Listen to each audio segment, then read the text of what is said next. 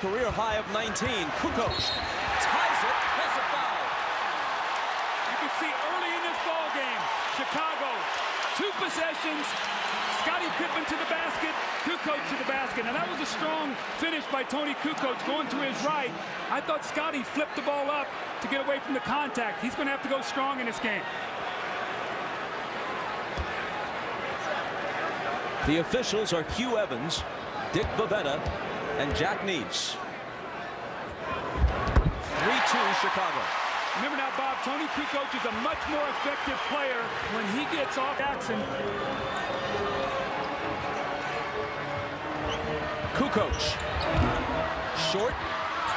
Rebound to Jordan. His first shot is a putback. And Chicago has a 5-4 lead. Good pass to Harper from Jordan. I see Chicago being very tentative right now. Pippen got a hand on it. Longley picks it up. Here's a 2-on-1 break. Michael to Pippen the trail.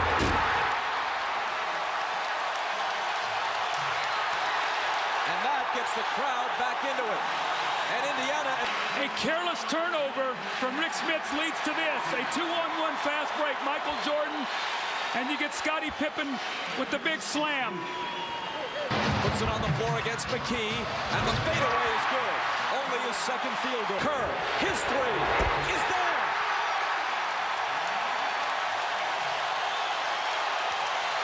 Jordan splits the defense and ties the game.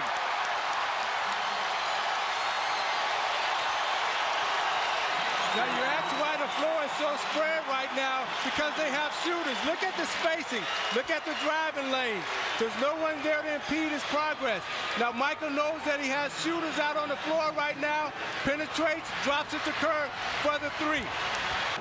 Smits reaches the bench after being yanked with his 3rd foul. The importance of that Pacer bench. Michael Jordan, nobody blocks him out. The best player in the NBA. He follows his shot up and gets the 3-point play the hard way. The Pacer bench today, so vital in their success. Only one of Isaiah, you know, when a guy shoots a free throw, somebody's supposed to block him out. The Pacers, nobody blocks him out. You see Best and Miller in no man's land. Somebody's got to block out Michael Jordan. You give him an easy one. Dishes it out to Pippen. Cross-court Kerr. Open 3.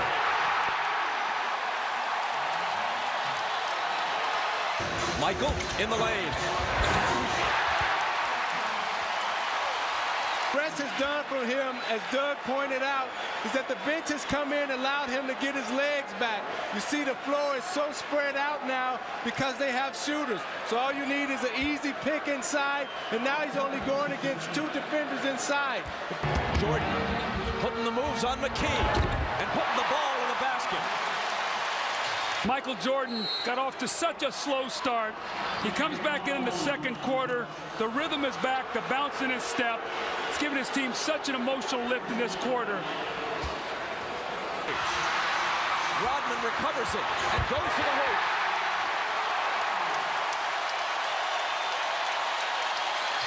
Bob, remember in Game 6, the Bulls were down 10 right before the half, and they closed to within 3.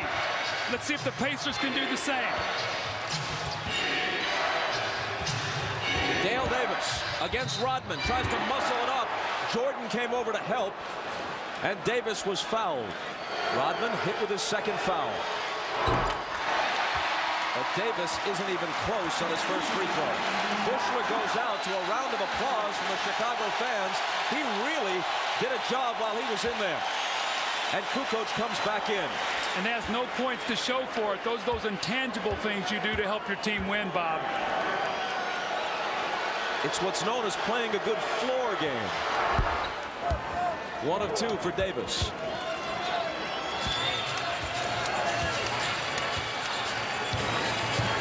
Bulls by 5.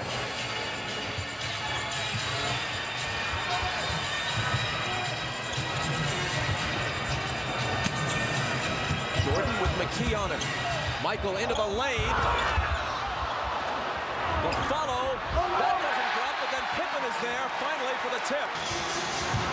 Michael against McKee.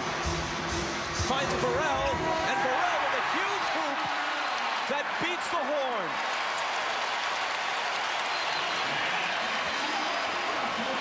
Jordan and Burrell are both arguing. Jordan talking about a previous possession where he thought he was fouled. Burrell thought he might have gotten a three-point play on that last hoop.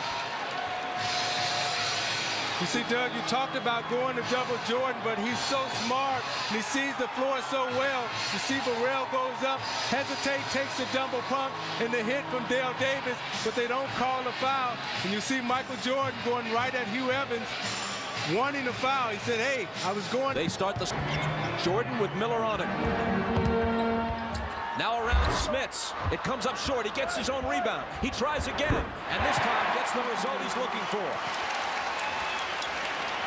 Well, Michael Jordan's going to spin in the lane, and you get people giving help, and you lose track of blockouts. But as I said before, your guards must come back and rebound. One of the things with the Pistons, you and Vinny and Joe rebounded. You came back, and that helps your big people to be a good rebounding team. Point game. Kukoc again. Good again. Kukoc. 3 in a row. A three. Great start here in the third quarter with Rodman coming off the bench. Now Kukoc with a great third quarter, 7 quick points. Kukoc feeling it, and Ryder, his second consecutive three. Here's Pippen with the fadeaway, and Scottie Pippen nails it. Here is Jordan to Kukoc, who's been on fire and stays that way. 21 for Kukoc. And it's back up to 7. Miller's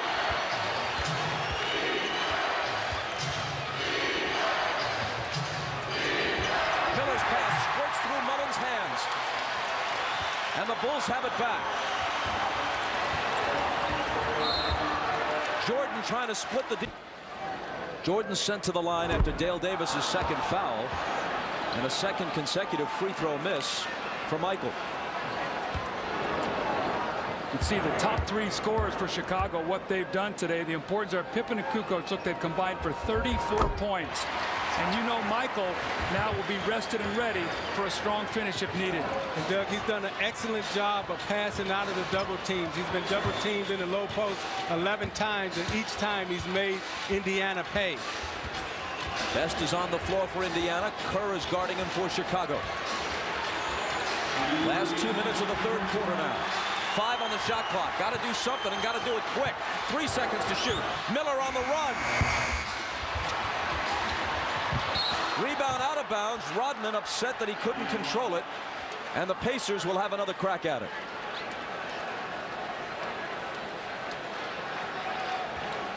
It's a very important time now. Indiana can't let this get away. Travis Best is getting caught with his dribble. Too much time being burned up off the clock. He's got to attack.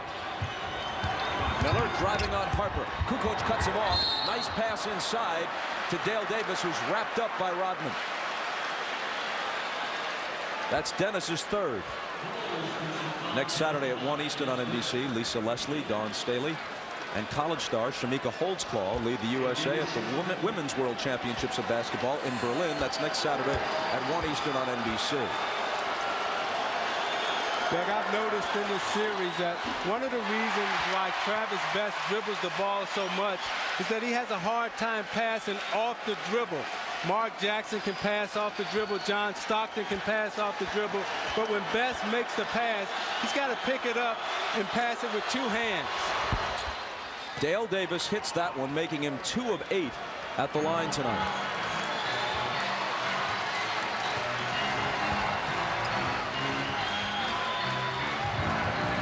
Chicago by 7 in Game 7. Jordan into the lane. Can't make it 9. Antonio Davis comes away with it. They've got a break if they push it. It's Best from Miller. And he lays it up and in, plus the foul. Tough hoop. Well, Michael took it hard to the basket on one end. Some contact and no call. And Indiana's going to counter quickly on the other end of the floor. We watch Michael take it to the basket. The swarming defense. The Pacers come up with a loose ball. Reggie gets it to Travis Best, and we know he can finish. This is reminiscent of the finish of the third quarter he had the other night when they were down by 6 points, had a 7-0 finish to take a 1-point lead going into that fourth quarter of Game 6. He's been shooting 90+ from the free throw line in the playoffs, but missed that one, failing to complete the 3-point play. Bulls by 5. Kerr to Rodman. Looking for the cutters. It's Michael. Off the back iron. Rodman grabs the rebound, but there's a push. And Rodman now has 4 fouls. They caught Rodman pushing Dale Davis in the back with 2 hands. As the shot went up, Rodman pushed Davis in the back, and the back official and Bavetta caught it underneath. They'll let you get away with the forearm, but when you take both hands and extend them, they see that, and that's an automatic foul. Both teams over the limit, but again, it's the dreaded Davis at the line. Dreaded in this situation from Indiana's perspective. And that's why.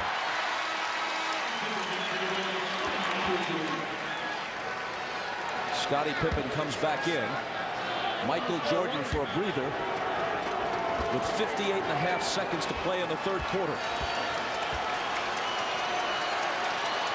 If this game is close in the fourth quarter, can you keep Dale Davis in? Well, I think you'll see Smits come back with Antonio Davis, but Rick Smits has been a non-factor. He's gotten in foul trouble, Bob, and they can't get him the ball in the low post where he can score. But when you have a guy you know you can foul, that you willingly foul to send to the line, it's really a liability down the stretch. Kukoc deals it back out to Harper, who has trouble controlling it. 4 seconds to shoot. Pippen will. And Dale Davis has it. Get a quick 2-for-1 here. They're going to call a set play and go for 1 shot. They love to have Reggie come off a double screen up here at the top and flare for a 3. They can cut it to 2 or maybe 1 if they connect on a 3 here. It's Best driving on Kerr. Back out to Antonio Davis. 4 seconds to shoot. Does Best know that? McKee does, but it's short. Kukoc has it. 7 seconds to get off the quarter's final shot. Steve Kerr, long 3. The fourth quarter begins with Michael Jordan still on the Chicago bench.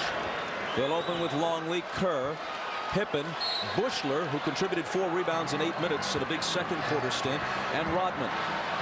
Smits, Jalen Rose, Antonio Davis, Derek McKee, and Travis Best on the floor for Larry Bird. So Reggie Miller is on the bench as the fourth quarter begins. But not for long, you can bet. Longley pops out, gets the pass, misses the jumper. Antonio Davis picks it up. Pacers down by only 4. Without Tony Kukoc, where would the Bulls have been in that third quarter?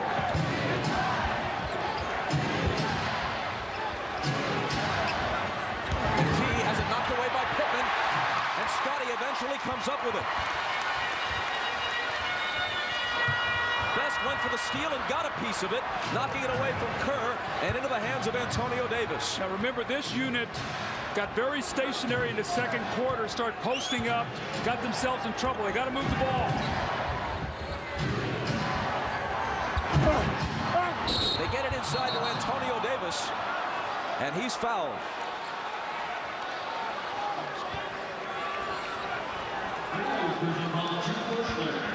It's going to be a 1-shot foul. He was not in the act of shooting, so the Pacers will take the ball. 1 shot as in no shots in this situation. Yes, he will take the ball sideline out of bounds. He was not in the act of shooting. Now Larry Bird is comfortable with the position that he's in right now because Indiana has dominated the fourth quarter in this series thus far. That's 5 on Rodman. He's got 5. Pippen has 4. Mullen, Smits, and Antonio Davis all have 4 for the Pacers. You see Davis trying to establish low post position on the box, and they call the foul on Rodman. It's a lot of contact right there. Jordan's a little disappointed in that.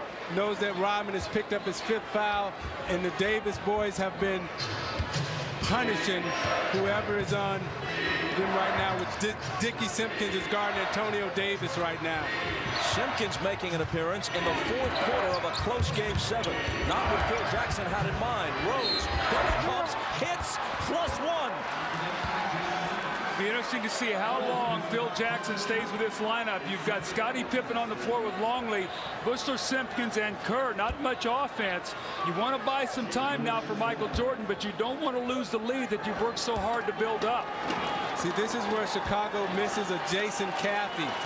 He would come in right now, give him some energy. He can bang bodies. Now they have to go to a Dickie Simpkins. No three-point play as Rose's free throw is long. A lot of missed free throws here, Bob. That's 17 for 29 now for the Pacers. They've been shooting 75% in this series. Kerr with Bushler screening for him. Now Judd has it up top. Scottie Pippen. Back out to Kerr for a good look. He misses it, though. Loose ball, fought for. Going to the floor is Antonio Davis, and the Pacers now can tie it.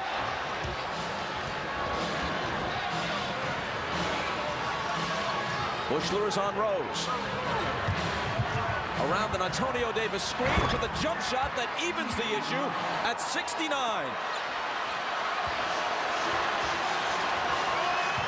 Chicago once led by as many as 8. In the first half, Indiana was up 13. Who is going to score for the Bulls with this lineup?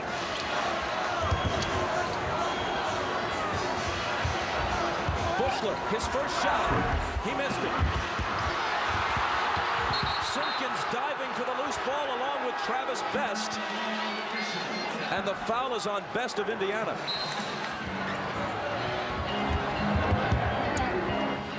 Longley.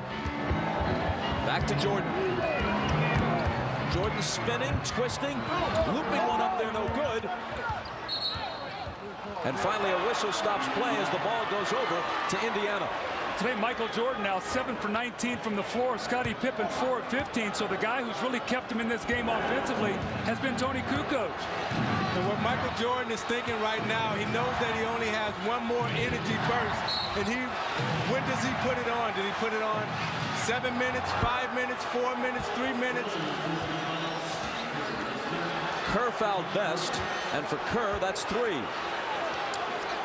That's also 4 team fouls, so the next one, the Pacers will be shooting the rest of the way. That could be an important stat as we close up this game. And the Pacers have only 1 team foul with 9 minutes left. Smits backing in on Kukoc for the jumper. It rolls around and drops home, plus you can tack a foul onto it. See, there's no resistance from Kukoc. Smits was able to get the ball back down, and as he spent into the lane, Kukoc reached in. You see him establish the position. Now he'll take 3 dribbles, get his feet together, and Kukoc reaches in, tries to slap down. Smits goes to the line for the possible 3-point play. Which he completes. Indiana's on an 11-0 run, and they lead it now by 3. Jordan, meanwhile, has missed his last 5 shots.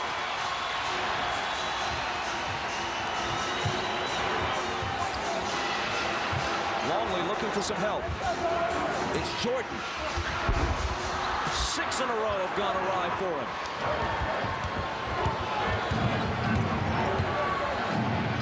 Miller with Michael on it. Kukoc is playing Smits. Drop that ball in the post and get out of his way. They do. But this time he doesn't convert. Antonio Davis over the back of Luke Longley. And that's 5 on Antonio as we go to Jim Gray. All right, Bob, during that last timeout, Larry Bird led his 2 assistants, Dick Harder and Rick Carlisle, talked the entire time. What Bird did is he drew eye contact with each guy who was going in the game, looked them each in the eye, said no words until the very end. He said, guys, this is what we're playing for. Bob? Kukoc to Jordan. The Bulls playing for a 6th title. Pacers playing for a first-ever trip to the finals. 7 misses in a row for Jordan, but not 8. Offensive rebounds. You play the great initial defense. Remember what the first half was about, 15-1 on the offensive boards.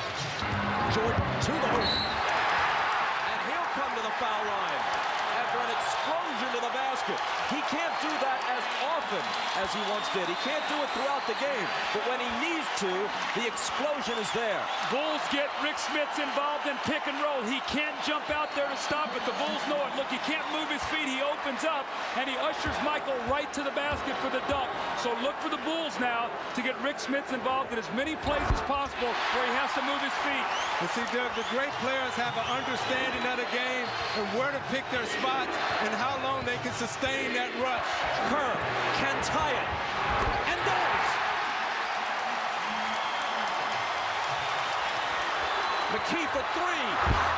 It's long. And Michael is there, as he so often is, with whatever it takes. 12 seconds. Harper in the front court. 10 seconds. Miller reaches in and fouls him with 8.9.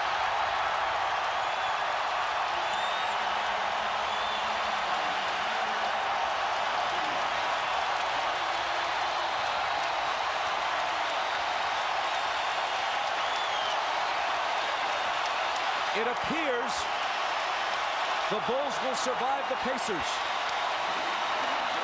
But what Michael Jordan termed a bump in the road was anything but. It was a mountain to climb. And they barely reached the summit, if in fact they have. 5 points with 8.9 on the clock. The Pacers have been a poor offensive rebounding team all year. Part of that statistic attributable to the fact that they shoot well from the field, but nonetheless, they've usually been beaten on the offensive glass. It really caught up with them tonight. 22 offensive rebounds for Chicago to the Pacers 3. Smits grabs the rebound and asks for a timeout. Reggie Miller once scored 8 points in 8.9 seconds in a playoff game at Madison Square Garden. They're down 5 with 8.6 on the clock now. They restored a few tenths of a second during the timeout. McKee looks to get it in. Reggie running off screens, but it's Smits with a quick turnaround and miss.